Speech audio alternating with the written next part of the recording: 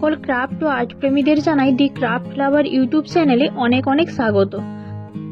আজকে প্রথমেই তোমাদের অসংখ্য ধন্যবাদ জানাই আমার 1K সাবস্ক্রাইবার পূরণ করার জন্য। আশা করছি আগামী দিনগুলিতেও তোমরা এভাবেই আমার সঙ্গে থাকবে। আজকের এই জুয়েলারিটি শিবরাত্রি উপলক্ষে বানিয়েছিলাম, কিছু কারণবশত আমি তখন এই ভিডিওটি ছাড়তে পারিনি, তাই আজকে এটা দিলাম। তোমরা অনেকে থাম্বনেল দেখে বুঝতেই পেরেছো এটা কি থিমে বানানো। এখানে আমি কাপড়টা কার্ডবোর্ডের সঙ্গে আটকানোর জন্য ফেভিক্রিলের ফেব্রিক গ্লু ইউজ করছি। এইরকম চৌকো বেসের ওপর কাপড় আটকানোর সময় আমি যেভাবে দেখালাম কাপড়ের কোণগুলি এইভাবে একটু কেটে নেবে, তারপরে ফেব্রিক গ্লু দিয়ে ব্যাক সাইডে কাপড়টা আটকে দেবে। এইভাবে আটকালে কি হয়, যত মোটা কাপড়ই হোক না কেন কোণগুলির কাছে কাপড়টা ব্যাক সাইডে আটকাতে আর অসুবিধে হয় না। এইভাবে এক্সট্রা কাপড়গুলো একটু কেটে বাদ দিয়ে দেবে। এইবারে দেখো পুরো বেসটার ওপরে আমি হোয়াইট কালার করে নিচ্ছি। এইরকম ড্রয়িং করার আগে পুরো বেসটার ওপরে কেন হোয়াইট কালার দেওয়া হয় তার কারণটা তোমাদের অনেকেরই জানা আছে, আর যাদের জানা নেই তোমরা জেনে নাও। এইভাবে পুরো বেসটার ওপরে প্রথমে হোয়াইট কালার করে নিলে তার ওপরে যে কোনো কালার করলেই সেই কালারটা খুব ভালোভাবে ফুটে ওঠে। এবারে বেসগুলি সম্পূর্ণ শুকনো হয়ে যাওয়ার পর পেন্সিল দিয়ে এইভাবে ড্র করে নিয়েছি। আমি প্রথমেই জানিয়ে রাখি এই ছবিটা আমার নিজস্ব নয়, ফেসবুকে একটা পেজ থেকে দেখে আমি করেছি, কিন্তু কালার কম্বিনেশনটা আমি নিজে থেকেই করেছি। এবারে দেখো আমি ছবির ব্যাকগ্রাউন্ডটাতে লাইট ব্লু কালার করে নিচ্ছি। তোমাদের কাছে লাইট ব্লু কালার না থাকলে ডার্ক ব্লুর সাথে একটু হোয়াইট কালার মিশিয়ে নেবে সামান্য পরিমাণে, তারপরে এই রকম কালারটা নিয়ে চলে আসবে।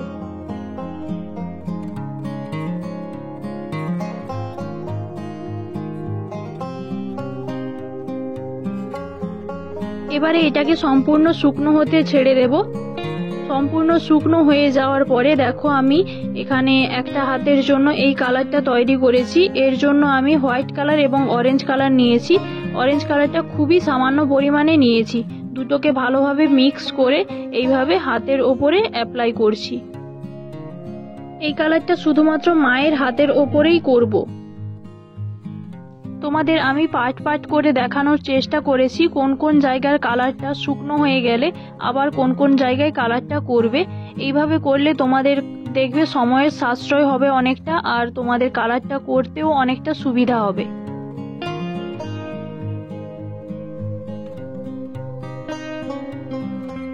এবারে দেখো এই অংশগুলো ভালোভাবে শুকনো হয়ে যাওয়ার পর আমি এখানে মহাদেবের হাতটা পেন্ট করব। তার জন্য আমি হোয়াইট কালার এবং ব্ল্যাক কালার নিয়েছি। ব্ল্যাক কালারটা খুবই সামান্য পরিমাণে নিয়েছি। দুটোকে ভালোভাবে মিক্স করে মহাদেবের হাতের ওপরে অ্যাপ্লাই করে নিচ্ছি।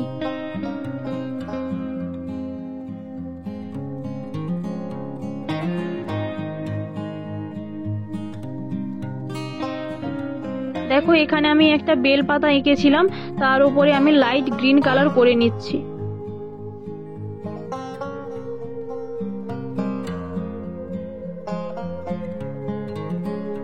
একই রকম ভাবে ইয়াররিং এর বেসগুলির উপরেও করে নিয়েছি। এবারে এগুলিকে সম্পূর্ণ শুকনো হতে ছেড়ে দেব। তারপরে দেখো আমি হাতের সাইডে এখানে বর্ডার লাইনটা টেনে নিয়েছি। বর্ডারটা টানার সময় ভিডিওটা অন করা ছিল না, তাই তোমাদের দেখাতে পারলাম না। এখানে মহাদেবের হাতে রুদ্রাক্ষের মালাতে প্রথমে আমি ব্রাউন কালার করে নিচ্ছি। তারপরে ব্রাউন কালারটা একটু শুকনো হয়ে যাওয়ার পরে ব্ল্যাক কালার করে নেব। ব্ল্যাক কালারটা একটু যেখানে সেখানে দেবে, প্রতিটাতে দেওয়ার দরকার নেই। আর এখানে আমি গয়নাতে গোল্ডেন ইয়েলো কালার করে নিচ্ছি। তোমাদের কাছে যদি এই কালারটা না থাকে তাহলে ইয়েলো কালারের সঙ্গে খুবই সামান্য পরিমাণে ব্রাউন কালার মিশিয়ে নেবে। এবারে এগুলিকে সম্পূর্ণ শুকনো হতে ছেড়ে দেব। এখানে আমি ব্যাকটরির জন্য 3 পিস প্লাস 3 পিস সুতো নিয়েছি দু সাইডের জন্য। এখানে দেখো এক সাইডের জন্য আমি 3 পিস সুতো নিয়ে সেটাকে ডবল করে নিয়েছি। প্রতিটা সুতো কিন্তু এখানে 40 ইঞ্চ করে।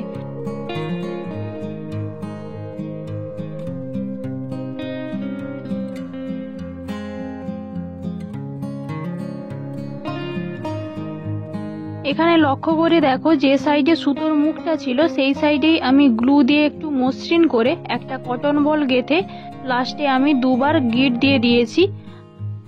আর অন্য সাইডটাতে একটা সুতো নিয়ে এইভাবে গলিয়ে ডবল করে নিচ্ছি। সুতোটা ম্যাক্সিমাম 20 সেমি রাখলেই হবে। এখানে একটা কথা বলি, তোমরা যদি এখানে কড়ি না ব্যবহার করে শুধুমাত্র কটন বল ব্যবহার করো, তাহলে তোমরা প্রথমে যে 40 ইঞ্চ সুতোটা নিয়েছিলে সেটাকে বাড়িয়ে 50 ইঞ্চ করে নেবে এবং প্রথমেই তোমরা সমস্ত কটন বলগুলি গেঁথে নেবে। প্রথমের ওই মোটা সুতোর গুচ্ছর মধ্য দিয়ে কড়িটা গাঁথা যাচ্ছিল না, তার জন্যই আমি এইভাবে সরু সুতো নিয়ে কড়িটাকে গেঁথে ওই সুতোর সাথে যোগ করেছি। তোমরা কড়ি না দিতে চাইলে এইভাবে পরে সুতো যোগ করার দরকার নেই, প্রথমেই তোমরা কটন বলগুলি গেঁথে নেবে। একই রকম ভাবে আরেকটা করে নিয়েছি। এখানে আমি একটু সামান্য পরিমাণে সুতোর টুকরো নিয়েছি। সুতোটাকে দেখো এইভাবে ডবল করে নিয়ে একটি কটন বল গেঁথে নিলাম।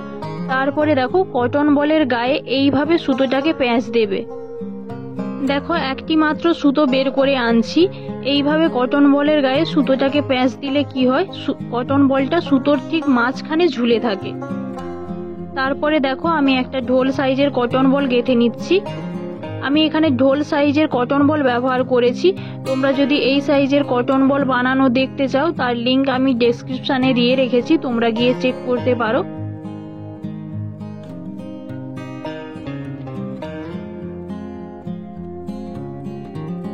তারপরে দেখো বেশটার উল্টো দিকে এইরকম পজিশনে ব্যাক ডরিটা আটকে দিলাম।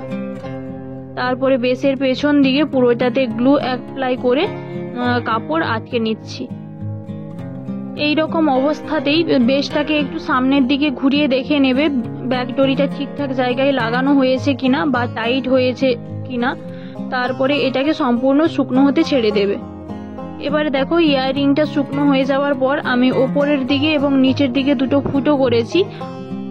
উপরের দিকে ফুটোতে আমি এইভাবে ইয়াররিং হুকটা আটকে দিচ্ছি।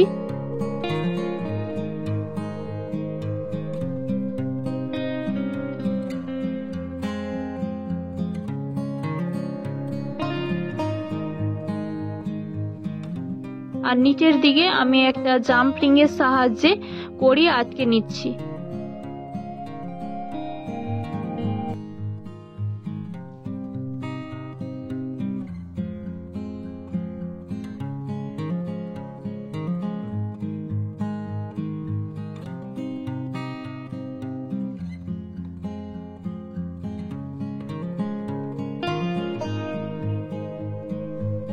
যদি তোমাদের এই ভিডিওটি ভালো লেগে থাকে তাহলে প্লিজ লাইক করো এবং তোমাদের মতো গয়না প্রেমীদের সাথে শেয়ার করো।